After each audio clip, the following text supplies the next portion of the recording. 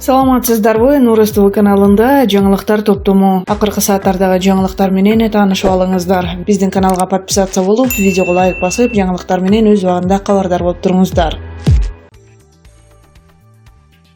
Сокулук райондук соту Жогорку кеңештин депутаты Рыскелди Момбековго акчалай айып пул салды. Буга чейин маалыматтык технологиялык жана байланыш комитетинин мурдагы жетекчиси Бакыт Шаршембиев кадыр баркыма шек келтирди деп Момбековдон 1 миллион сом моралдык денемти өндүрүүнү талап кылган. Сот 26 июлда Шаршембиевдин арызын негиздүү деп тапты. Чечимге ылайык Рыскелди Момбековду Бакыт Шаршембиевдин пайдасына 25 000 сом төлөп берүүгө милдеттендирди. Депутат Момбеков соттун чечимине нааразы экенин айтып, чечим мыйзамсыз кабыл алынганын билдирүүдө. Депутат парламентте сүйлөгөн сөзү боюнча куугунтукталбашы керек. Ага карабай эч кандай экспертиза өткөрбөй туруп эле мени күнөөлүү деп тапты. Бул туура эмес. Мен бул райондук соттун чечиминин үстүнөн облустук сотко жана соттордун тартип комиссиясына арызданам, деди Момбеков. Буга чейин депутат Рыскелди Момбеков парламент жыйынында Бакыт Шаршембиевдин ишин сынга алып, ага карата кылмыш иши козголгону боюнча маалыматтын чоо жайын сураган. Мындан соң Шаршембиев Момбеков жалган маалымат таратып жатат деп сотко кайрылган болчу.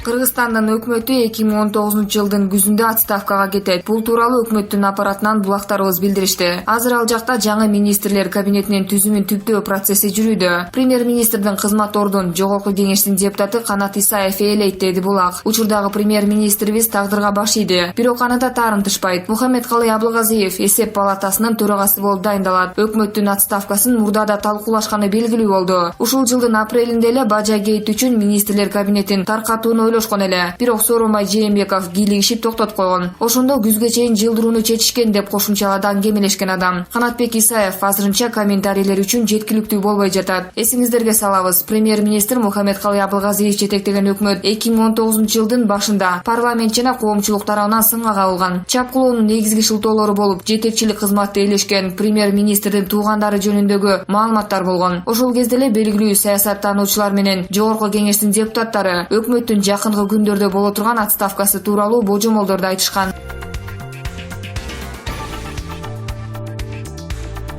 Кыргыз-түрк достук ооруканасын ачуу тууралуу келишимин ратификациялоо жарыянын аяктады. Бул тууралуу министр Космосбек Чолпонбаев маалымат агенттигинде билдирди. Анын айтымында ооруканада жарык орнотулууда. Келишимди ратификациялоо процесси биз тараптан аяктап кол коюлган. Эми түрк тараптан ратификацияга кол коюуну күтүп жатабыз. Кол коюулар менен каржылоо жүрүп оорукана ачылат. Ушул жылы ачабыз деген ойдобуз, дейт Чолпонбаев. Эскерте кетсек, келишимдин негизинде Борбор калаада Кыргыз-түрк достугунун Бишкек мамлекеттик ооруканасы ачылат. Оорукана 72 орунга саналган. 21 орун кайра жандандыруу бөлүмүндө. Бул поликлиникага Кыргыз Республикасынын жарандарына, жарандыгы жок адамдарга жана бардык кайрылгандарга медициналык жардам көрсөтүлөт. Кийинки 3 жылда оорукана эки тарап менен биргеликте жетектелет. 3 жылдык мөөнөт аяктагандан кийин оорукана толугу менен Кыргыз Республикасына өтөт. Андан кийинки 3 жыл Түркиянын саламаттык сактоо министрлиги ооруканада байкоо жана координациялоо иштерин улантат.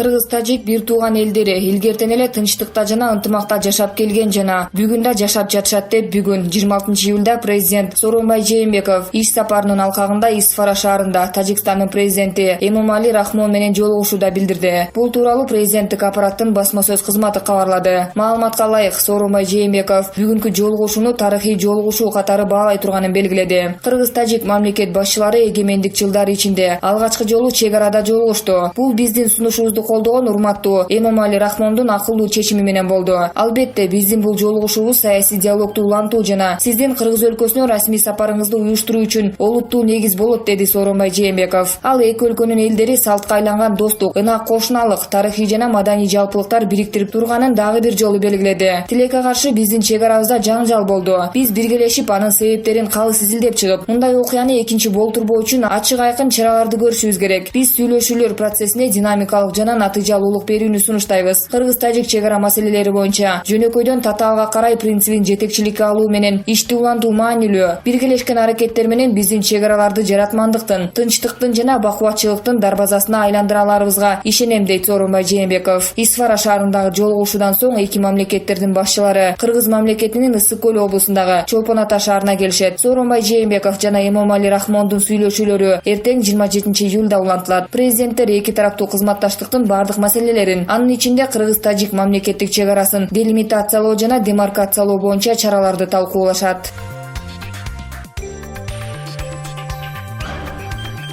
Улуттук коопсуздук боюнча мамлекеттик комитет дизайнер Никита Тарасенконун атайын кызматка суракка келбегени боюнча комментарий берди. УКМКнын басма сөз кызматы тараткан маалыматта эми аны кайра суракка чакырууну УКМКнын башкы тергөө башкармалыгы чечет деп айтылат. Никита Тарасенко улуттук коопсуздук боюнча мамлекеттик комитетке 26 июлда күбө катары сурак бериши керек болчу. Бирок ал Фейсбуктагы баракчасына уктап калганын, УКМКга 27 июлда бара турганын жазды. Тарасенко атайын кызмат аны Фейсбук баракчасына жарыялаган тамашасы үчүн чакырып жатышы мүмкүн деп божомолдоп атат. УКМК 24 KG агенттигине Никита Тарасенко диний аралыкчылыкты козутуу фактысы боюнча күбө катары суракка чакырылып жатканын билдирген. Бирок атайын кызмат кайсы пост үчүн экенин айткан эмес. Никита Тарасенко 24 июлда Фейсбуктагы баракчасына президент Сооронбай Жээнбеков жана анын бир тууганы депутат Асылбек Жээнбеков, Матраимовдордун бир туугандарына окшош кишилердин сүрөтүн чыгарып, Орская ОПГ деген пост жазган.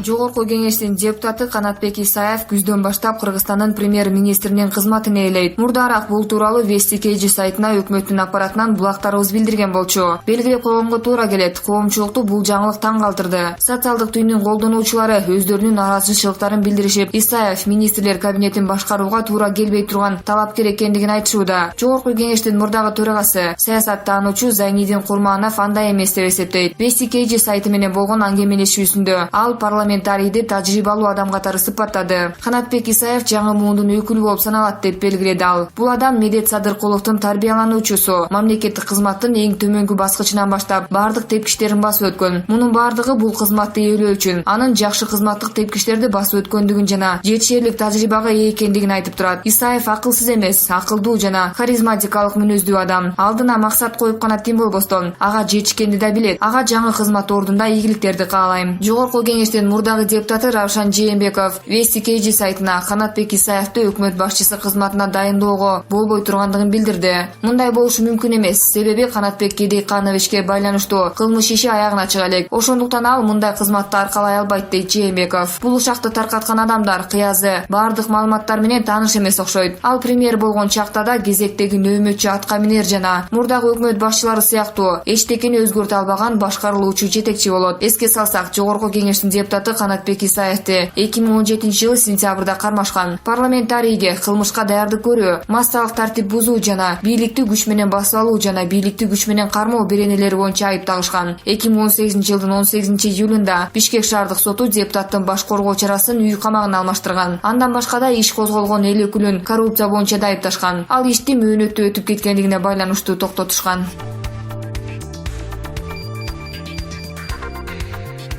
Өкмөт башчы журналисттердин суроолоруна жооп берип жатып, Кумтөрдө алтын өндүрүү көлөмү азайганын айтты. Өндүрүштүк план боюнча ишкана толук күчү менен дагы 3 жыл иштейт. Андан соң алтын казып алуу көлөмдөрү басаңдайт. Учурда ген жеринде геологиялык чалгындоо жүрүп жатат. Биз ген иштетүү мөөнөтүн узартууга аракет кылуудабыз. Бул ишке ашса Кумтөр 2030-2035 жылдарга чейин иштейт деп билдирди премьер-министр Мухаммедкалый Абылгазиев. Центерра 2 жылдык программанын алкагында Кумтөрдөгү геологиялык чалгындоо иштерин кайра баштап, 18 миллион АКШ долларын бөлгөн. Бул сумманын аз бөлүгү тагыраагы 6 миллион доллар өткөн жылы коротулган. Быйылкы жылы геологиялык чалгындоо бөлүмүнө 11,5 миллионду жана ага кошумча бөлүнгөн 6 миллион долларды керектөөсү күтүлөт. Кумтөрдүн президенти Даниэль Дежардин айтымында чийкизатты өндүрүү көлөмүн көбөйтүү үчүн ири инвестициялар зарыл. Чалгындоо иштерине көптөгөн каражаттар сарпталат. Ал бир канча жылдан кийин гана өзүн актайт. Инвестордун бүгүнкү иштери жана түйшүктөрү аркылуу Кыргызстан дагы бир канча жыл утушу мүмкүн. Мамлекеттик казынага салыктар жана башка төлөмдөрдүн үзгүлтүксүз түшүп турушу,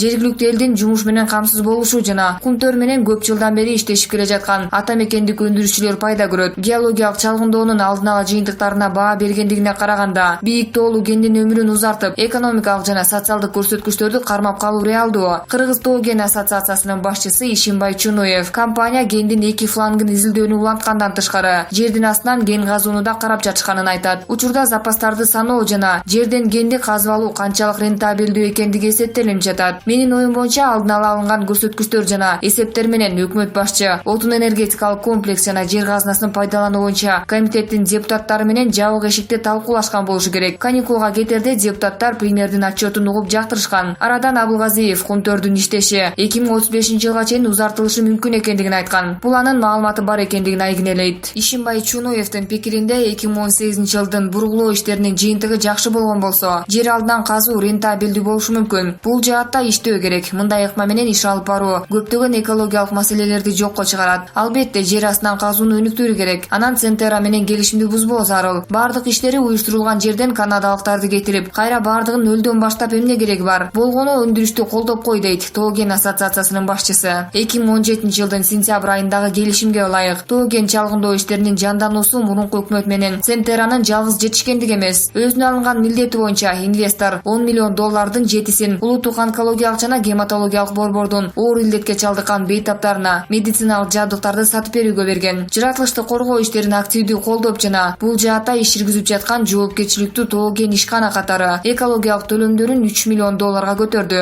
Ошондой эле Ысык көлдүн экологиялык көйгөйлөрүн чечүүгө жаратылышты өнүктүрүү фондуна бир жолку төлөм $50 миллион берүүгө макул болду. Бул жана башка шарттар бар стратегиялык макулдашууну Абылгазиевдин өкмөтү 1 жылдан ашык убакыттан бери изилдеп, келишимдин күчүнө кирүү мөөнөтүн уламдан узартууда. Байкалганына караганда өкмөт инвестордон дагы кошумча бонус алууга үмүттөнүүдө. Алсак премьер-министр менен Центеранын президенти Скотт Перринин жолугушууларынын биринде стратегиялык макулдашуунун күчүнө киришине кошумча шарттар тууралуу сөздөр айтылган. Анда сөз социалдык жоопкерчиликти күчөтүү боюнча жүргөн. Бирок бул илинчек качан эки тарап сүйлөшүүлөргө чекит коймоюнча документтер күчүнө кирбейт. Демек буга чейинки макулдашылган төлөмдөр кагаз түрүндө эле келатат. Макулдашуунун акыркы мөөнөтү 31 июлда аяктайт. Канадалык өнөктөштөн пайда алуу үчүн өкмөт бул датага чейин сүйлөшүүлөр процессин жыйыштырабы?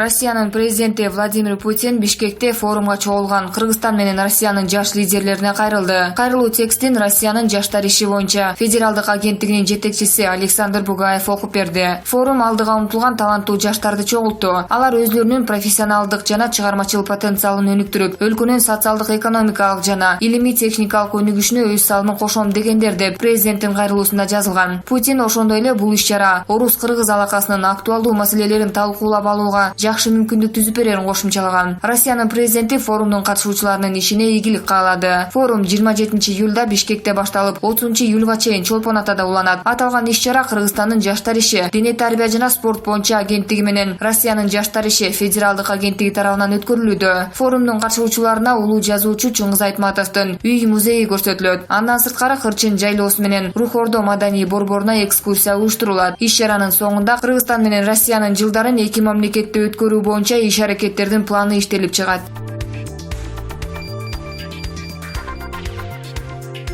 22 июлда Баткен облусунун Аксай айылынын тургундары менен Тажикстандын Варух анклавынын жашоочуларынын ортосунда пикир келишпестик чыккан. Кыргыз өлкөсүндө чек арага байланыштуу маселелер мезгил менен көтөрүлүп турат жана алар коомчулуктун талкуу чордонун жаратат. Чек ара боюнча маселелер талуу жана алардын чечилиши көп убакытты алары эки тараптын дыкат мамилесин талап кылары да белгилүү. Буга байланыштуу Супер KG порталы Кыргыздын кайсы президентинин тушунда чек ара маселелерин чечүүдө жакшы жылыштар болгон деген соол салды. Саясатчы Адахан Мадумаров бул талаш суроо экенин айтты. Тескерисинче чек ара маселеси кайсы учурда эң жаман, начар чечилген деп суроо салса туура болот. Эгемендүүлүктү алганда Өзбекстанда, Казакстанда абдан сабаттуу, тажрыйбалуу кишилер келип калып, ошол мезгилде бизге зыян келе турган маселелер чечилип калган. Анда колубузда турган оокаттарды алдырып жиберген учурлар болгон. Ушул мезгилге чейин чечилген чек ара маселеси Кытай, Казакстан менен болгон. Бардык чекит Аскар Акаевдин убагында коюлган. Азыр сабатсыздар келип, көпчүлүк учурларда чек ара маселеси көтөрүлсө эле Мадумаров деп айтып жатышат. Курманбек Бакиевдин убагында бир дагы чек ара маселеси чечилген жок. 2001 жылдын декабрь айында Казакстан менен чек аранын соңку чекити коюлган. Кийин өзгөртүү, түзөтүүлөр киргизилген. Бул башка маселе. Тажикстан менен келишимге кол коюла элек. Чек араны делимитациялоо, демаркациялоо аталган өлкө менен жана Өзбекстан менен дагы боло элек. Азыр такыр чечилбеген чек ара маселеси ушул эки мамлекет менен болуп жатат, деди Мадумаров.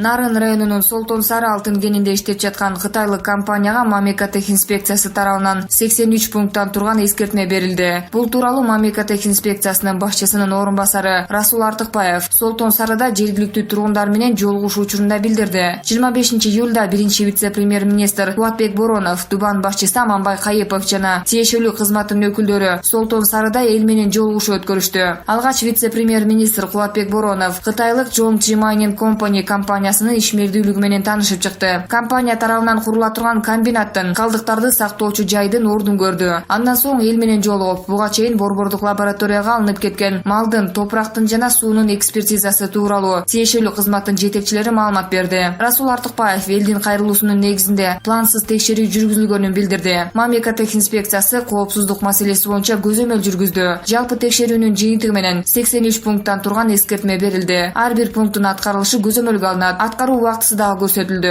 Эгерде ошол убакытта компания пункттарды аткарбаса, мыйзам чегинде чаралар көрүлөт, деди ал.